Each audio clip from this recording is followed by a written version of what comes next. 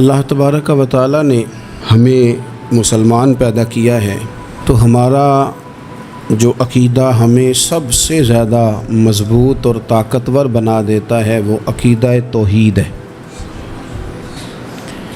ہمارا یہ عقیدہ ہے کہ ہمارے حق میں، ہمارے حال پہ جو بھی فیصلہ فرمائے گا وہ ہمارا رب ہی فرمائے گا۔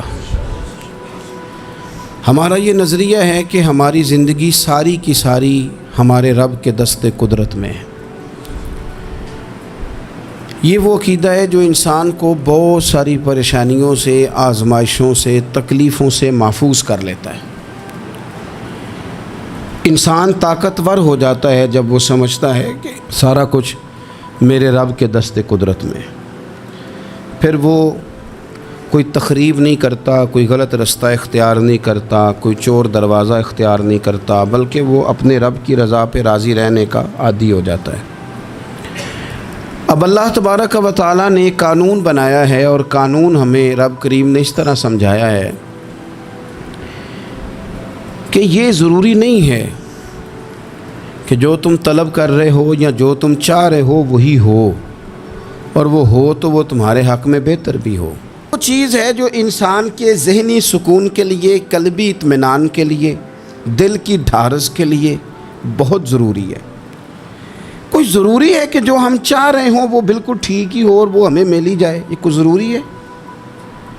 کبھی بھی اپنی زندگی میں اس طرح کی تڑپ نہ پیدا کریں، ورنہ آپ بے چین ہو جائیں گے۔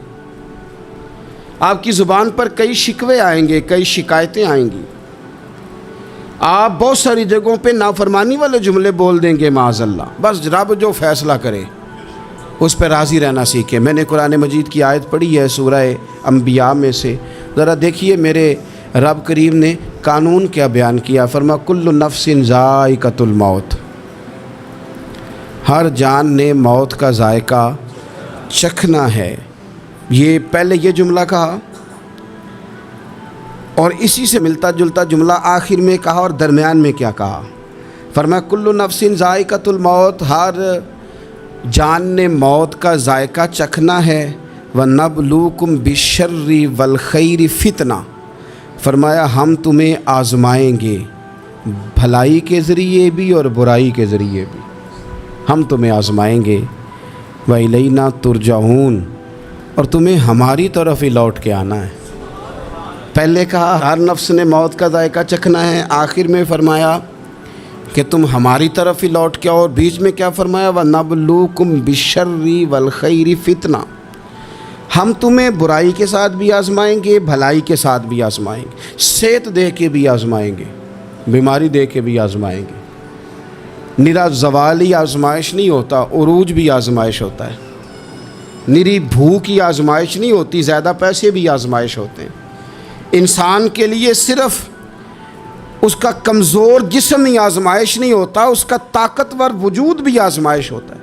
فرمایا ہم تمہیں آزمائیں گے، بس خیال رکھنا کہ وَإِلَيْنَا تُرْجَعُونَ، لوٹ کر تمہیں ہمارے پاس ہی آنا ہے۔ اور میرے نبی پاک صلی اللہ تعالیٰ علیہ وآلہ وسلم ارشاد فرماتے ہیں رب جب کسی قوم سے محبت کرتا ہے تو انہیں آزمائش میں مبتلا کر دیتا ہے۔ پھر فرمایا اگر وہ اس پر صبر کریں، اللہ کی قضا پہ راضی رہیں، تو پھر اللہ بھی ان سے راضی ہو جاتا ہے، اور اگر وہ ناراضگی کا اظہار کریں کہ یہ مصیبت کیوں آئی تو پھر اللہ بھی ناراض ہو جاتا ہے۔ اللہ تبارک و تعالیٰ ضرور آزمائے گا، خیر کے ساتھ بھی اور پریشانی کے ساتھ بھی۔ انسان پریشان اس وقت ہوتا ہے کہ جب وہ محنت کرتا ہے تو وہ کہتا ہے نتیجہ میری مرضی کا آنا چاہیے، یہ اس کا سب سے بڑا نقصان ہے۔ آپ رزلٹ کبھی اپنی مرضی کا نہ مانگیں، یہ دعویٰ ہی ٹھیک نہیں۔ بہت سارے لوگوں کو جانتا ہوں جو کہتے ہیں میں بندہ بھی ٹھیک ہوں بھی دیانتدار، محنت بھی بڑی کرتا ہوں، توجہ بھی میری پوری ہے، پر پھر بھی معاملہ صحیح کیوں نہیں ہوتے؟ تو میں کہتا ہوں پہلی باتیں ساری ٹھیک تھیں، آخری والی غلط ہے۔ اس لیے کہ محنت آپ کریں ساری، پر بندے نے رہنا تو بندہ ہی ہے نا۔ ساری محنت کر کے آپ کبھی اس نقطے کو سمجھ جائیں نا کہ 950 سال نبیوں نے تبلیغ کی، ہزار سال انبیاء نے تبلیغ کی، انبیاء نے رب کے تربیت یافتہ لوگوں نے تبلیغ کی، 2 لوگوں نے کلمہ پڑھا، 4 لوگوں نے کلمہ پڑھا، لیکن میں آپ کو دیانتداری سے بتاتا ہوں کہ وہ کامیاب ہو کے گئے دنیا سے۔ انبیاء کامیاب ہوئے، کیوں؟ اس لیے کہ رب نے انہیں کہا تھا جا کے پیغام دینا ہے، یہ نہیں کہا تھا کہ بندوں کا بدلنا بھی ضروری ہے۔ ہمارے بچے پتہ کیا کرتے ہیں؟ وہ فٹافٹ نہ پریشان ہو جاتے ہیں۔ نبیوں کے ذمہ تبلیغ کرنا ہے، یہ ان کا ذمہ نہیں کہ لوگ ضرور ہی کلمہ پڑھیں۔ ہدایت تو رب کریم کے دست قدرت میں۔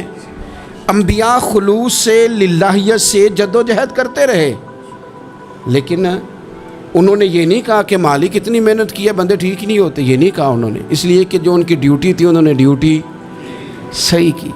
ہم نے اپنی ڈیوٹی کرنی ہے۔ پریشان اس وقت ہوتے ہیں جب نتیجہ اپنی مرضی کا مانگتے ہیں، نتیجہ نہ اپنی مرضی کا مانگے، رزلٹ نہ اپنی مرضی کا مانگے۔ اور جناب پیر صاحب میں فلانا وظیفہ بھی پڑھتا ہوں، فلانا وظیفہ بھی پڑھتا ہوں، فلانا وظیفہ بھی پڑھتا ہوں، دل نہیں صاف ہوتا، تو میں نے کہا یہ تو اللہ نہیں کر رہا ہے۔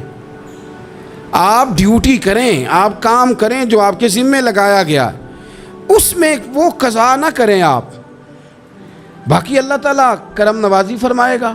دیکھیں ایک بادشاہ تھا، اس کی سلطنت میں نا وہ قوم بنانا چاہتا تھا۔ ہمارے بادشاہ، ہمارے حکمران قومیں نہیں بناتے، لوگوں کو اپنے حق میں قائل کرتے ہیں۔ اس لیے کبھی بھی ہمارے ملک میں قومی سوچیں عام نہیں کی جاتی، ذاتی سوچیں عام کی جاتی ہیں، ملی باتیں نہیں کی جاتی، ذاتی باتیں کی جاتی ہیں۔ وہ چاہتا تھا کہ میری قوم بن جائے۔ اس کا ایک ہیرا سلطنت میں سے گم ہو گیا، تو اس نے اعلان کیا، اس نے کہا کہ جو بندہ ہیرا تلاش کر کے لائے گا اسے انعام دوں گا۔ ساری قوم نکل کھڑی ہوئی ہیرا تلاش کرنے پر، ادھر بھی لوگ گئے، ادھر بھی لوگ گئے، خشکیوں میں، دریاؤں میں، جہاں جہاں جس کی پہنچ تھی، جنگلوں میں، وادیوں میں، گھروں میں، بستیوں میں لوگوں نے ڈھونڈا۔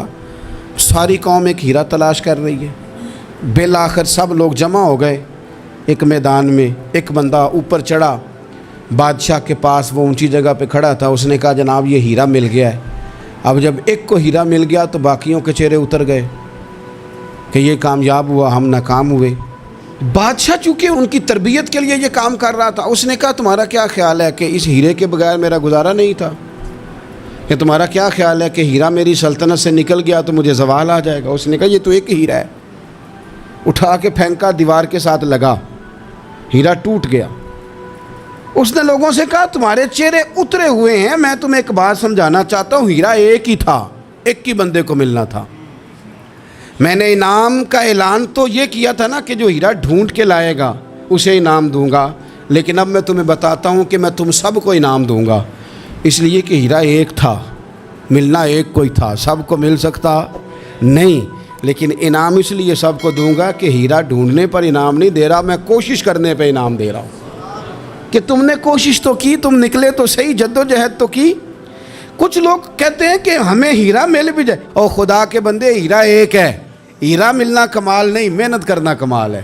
ہم نہ تیار نہیں ہوتے۔ اللہ فرماتے ہیں میں نے آزمانا ہے، میں نے آزمانا ہے، تم نے سفر جاری رکھنا ہے، لیکن یہ ضرور یاد رکھنا کہ وَإِلَيْنَا تُرْجَعُونَ، لوٹ کے تمہیں میرے پاس ہی آنا ہے، تم نے لوٹ کے ادھر آنا ہے، اس بات کو ذہن میں رکھنا۔ حضرت عبداللہ بن عباس رضی اللہ تعالیٰ عنہ اس حدیث کے راوی ہیں، المعجم الکبیر کی یہ حدیث ہے۔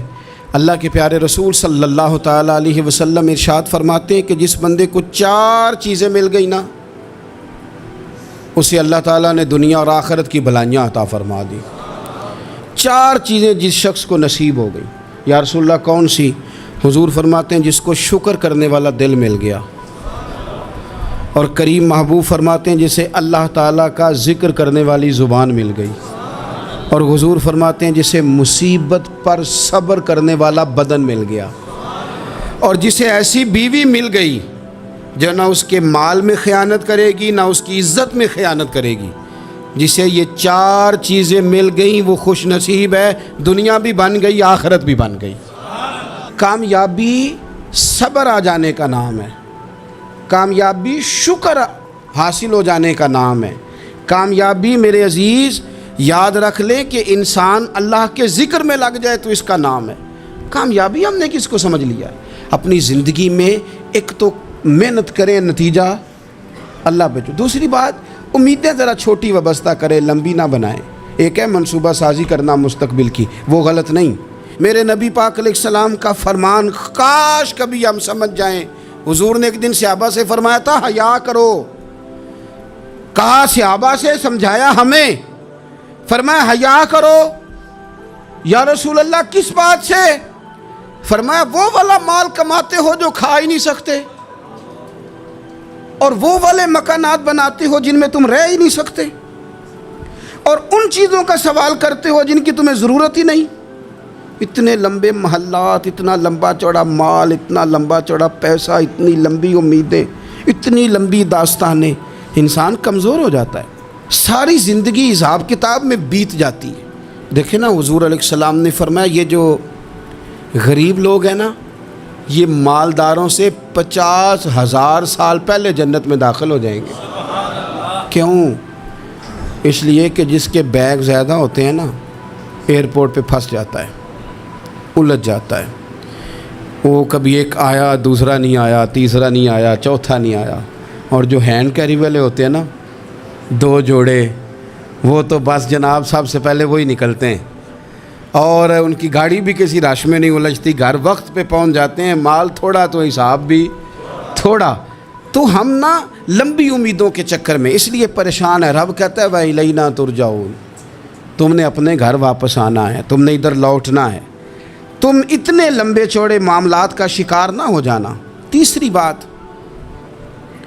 جس کو آپ ضرور سمجھیں گے اور اس پر آپ غور کریں گے، بندوں پر اعتماد کرنا چھوڑ دیں، اللہ پر اعتماد کریں۔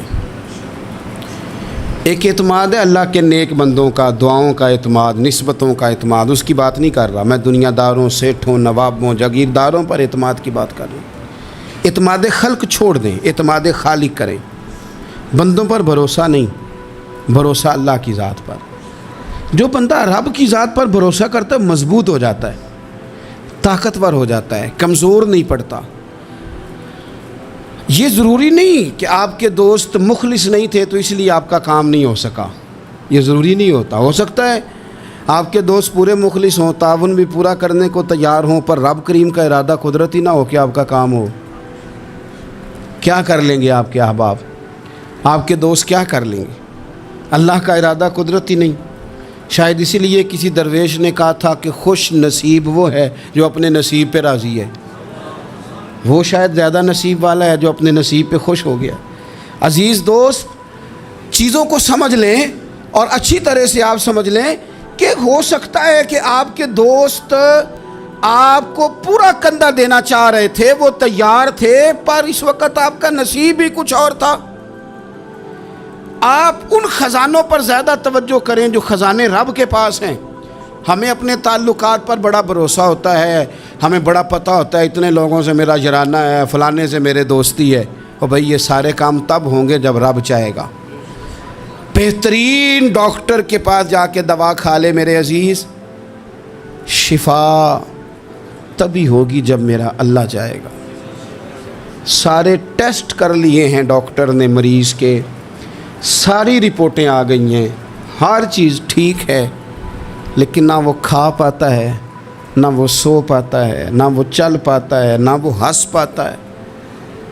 اس نے پوری دنیا جہاں تک اس کی دوڑ تھی اس نے لگا لی، لیکن لازمی نتیجہ یہ نکلتا ہے کہ اسے کہنا پڑتا ہے کہ ہوگا وہی جو میرا رب چاہے گا۔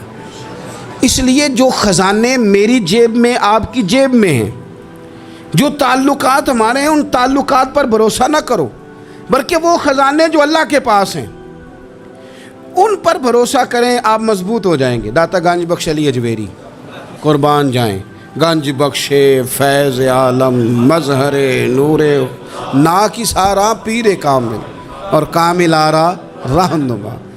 اس ملک کے وطن عزیز کا جو لوگ حسن ہے نا، ان میں بڑے بڑے تارے ہیں، پر اس وطن کا جو چاند ہے وہ داتا گنج بخش علی اجویری ہے۔ داتا صاحب چاند ہیں میرے وطن کا۔ اس وطن میں جو چمکے گا وہ داتا علی اجویری سے فیض لے کے چمکے گا۔ یہ کمال ہے۔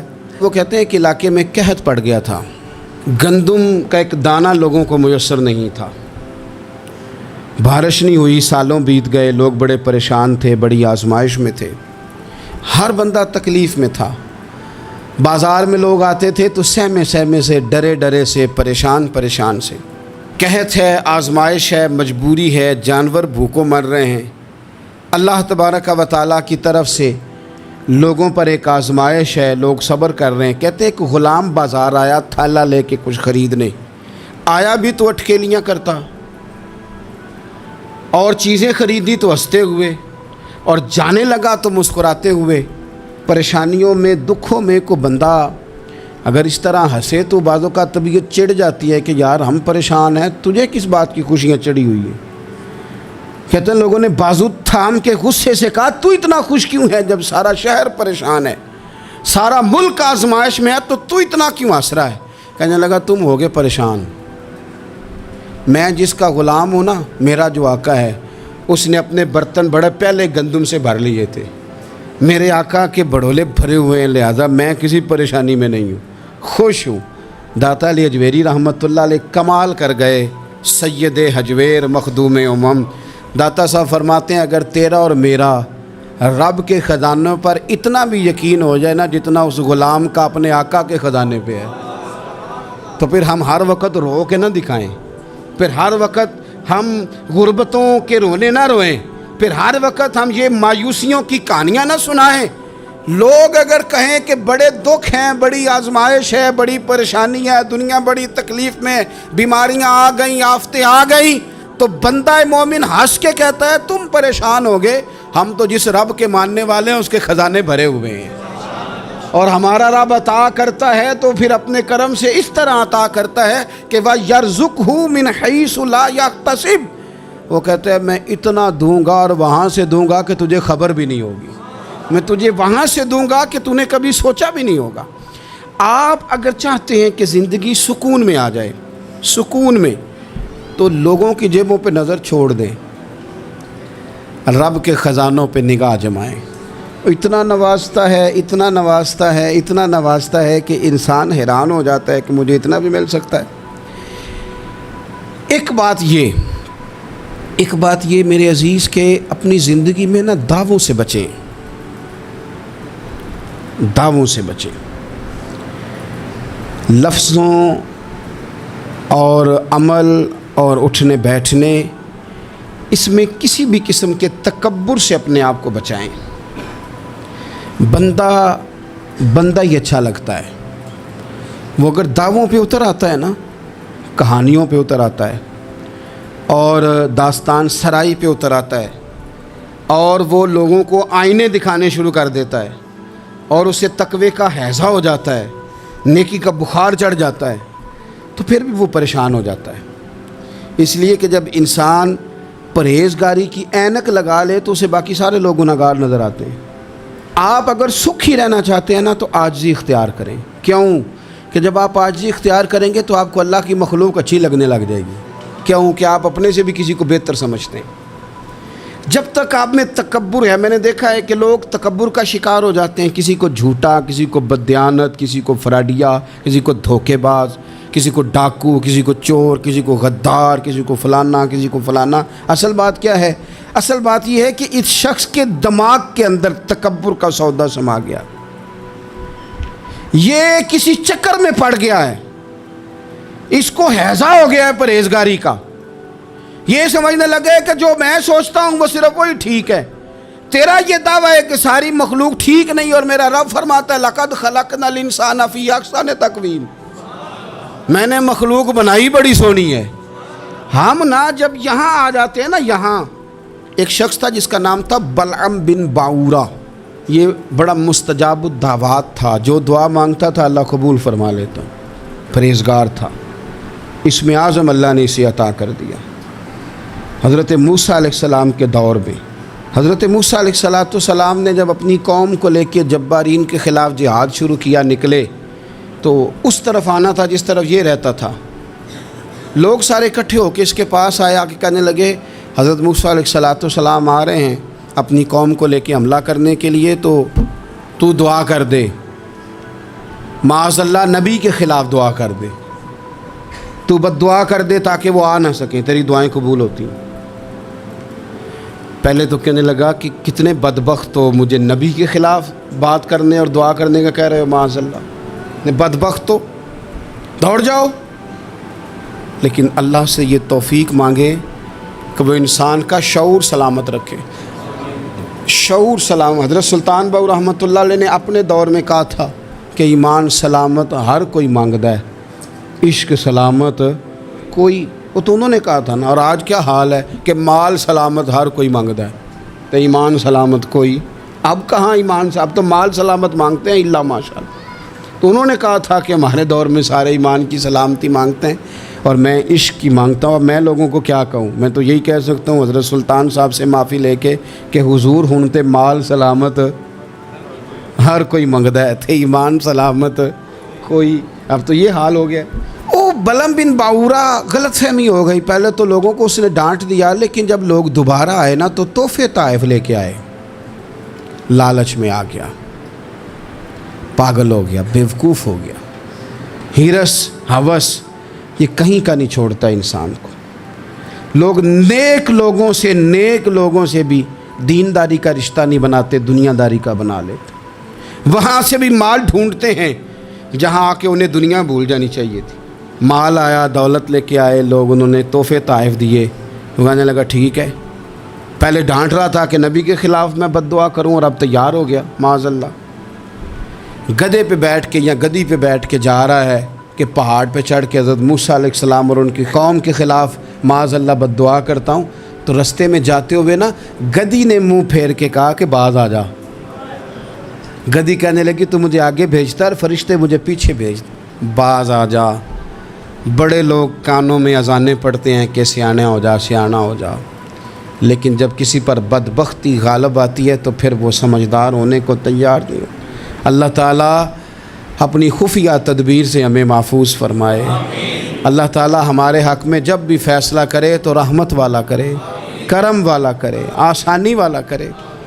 چڑھ گیا پہاڑ پہ، اور پہاڑ پہ چڑھ کے جب اس نے ہاتھ اٹھائے، وہ لوگ جو بد دعا کرانے والے تھے وہ ساتھ ہی تھے، تو اپنے منہ سے لفظ نکالتا ہے حضرت موسیٰ کے خلاف معاذ اللہ، لیکن وہ لفظ اپنی قوم کے خلاف نکلتے ہیں۔ وہ ان کے خلاف بد دعا کرنے چلا تھا، تو چونکہ ہر چیز اللہ کے دستے قدرت میں ہے نا، تو زبان سے نکالتا کچھ ہے، نکلتا کچھ اور ہے۔ پھر وہ وقت بھی آیا کہ زبان لٹک گئی، سینے پہ آ گئی، عذاب آ گیا اللہ کا، تباہ ہو گیا اپنی قوم سمیت۔ اپنی زندگی میں یاد رکھ لیں اچھی طرح، ہرس، ہوس، تکبر، غرور، وہ کسی چیز کا بھی ہو، وہ انسان کو لے ڈوبتا ہے۔ اگر آپ زمین پہ کھڑے رہ کے لوگوں کو دیکھیں گے تو کچھ لوگ اگر آپ کو اپنے برابر نظر آئیں گے نا قد میں، تو کچھ انشاءاللہ بڑے بھی نظر آئیں گے۔ ہم نے لسٹیں بنا لی ہیں کہ کون کون کتنا غلط ہے، ہم نے ہر ایک کے بارے میں 2-4 باتیں یاد کر لی ہیں، فلانا اتنا خراب ہے، فلانا اتنا اور فلانا اتنا۔ اس کا نقصان یہ ہوا ہے کہ اللہ کی خوبصورت مخلوق، خوبصورت رنگوں میں ہم نے حالات خراب کر لیے ہیں۔ اگر ہم چاہتے ہیں کہ ہمارا دل سکون میں آئے، قرار میں آئے، تو زندگی عاجزی والی، انکساری والی، اللہ تبارک و تعالیٰ کی بات۔ میں اکثر کہتا ہوں کہ نبی پاک صلی اللہ تعالیٰ علیہ وآلہ وسلم نے کتنی شانیں بیان کی، حضرت عمر فاروق، کتنی عظمتیں حضور نے ان کی بیان کی۔ جب ان کا وصال ہونے لگا نا، ان کو زخم لگا، تو لوگ ان کی تعریفیں کرنے لگے۔ اب ان کو بھی پتہ تھا کہ میری عظمت میں حضور نے کیا کچھ بیان کیا ہے۔ لوگ ان کی تعریف کرنے لگے، امیر المومنین آپ کو یہ کمال حاصل ہے۔ تو حضرت عمر فرمانے لگے دعا کرو بس میری نیکی اور بدیاں برابر برابر ہو جائیں، نیکیاں اور بدیاں برابر ہو جائیں، میں کسی درجے کا خواہش مند نہیں، بس یہ چاہتا ہوں کہ یہ عاجزی کا حسن دیکھیں، انکساری کا یہ درجہ دیکھیں۔ فرماتے ہیں بس یار معافی دے دے نا، وہ معاف کر دے، پھر تو بات بن گئی۔ میں جلسوں پہ، اجتماعات پہ جاتا ہوں تو ایک رواج بن گیا ہے، لوگ بڑی بڑی قطاروں میں پھول لے کے کھڑے ہو جاتے ہیں اور گاڑیوں میں پھینکتے ہیں۔ تو میں اپنے سنگیوں سے کہتا ہوں کہ اگر تو قیامت میں بھی ایک پھول مل گیا نا، تو پھر تو یہ سارے استقبال کام آ گئے۔ اور اگر وہاں کھڑا کر لیا گیا نا، صحیح حدیث میں حضور نے فرمایا ہے کہ کچھ سوالوں کے لیے بندے کو محشر کے میدان میں کھڑا کر لیا جائے گا۔ ان سوالوں میں سے ایک سوال یہ بھی ہوگا کہ بتا اپنے علم پر عمل کتنا کیا تھا۔ تو میں نے کہا اگر تو روک لیے گئے تو پھر ان پھولوں کا کیا بنے گا، پھر تو آزمائش میں آ جائیں گے۔ اللہم استرنا بسترک الجمیل استغفر اللہ ربی من کل ذنب واتوب الیہ۔ اے اللہ، جو غلطیاں یاد ہیں ان سے بھی توبہ کرتے ہیں، جو بھول گئی ہیں ان سے بھی توبہ کرتے ہیں، جو ظاہر ہے ان سے بھی توبہ کرتے ہیں، جو چھپی ہوئی ہیں تیرا اور ہمارا راز ہے ہم ان سے بھی توبہ کرتے ہیں۔ مالک، جہاں جہاں جس جس مقام پر جس جس لحاظ سے عمدن یا سہون بول کر لہجے سے اور اشارے کنائے سے بھی کہیں کو تیری نافرمانی کر بیٹھے ہیں تو اس سے بھی تیری پناہ میں آتے ہیں۔ اپنی پناہ میں رکھیو، اپنی پناہ میں ہمیں ایمان کی موت دیجیے اور صبح قیامت اپنے محبوب کی شفاعت ہمارے حق میں قبول فرمائیو۔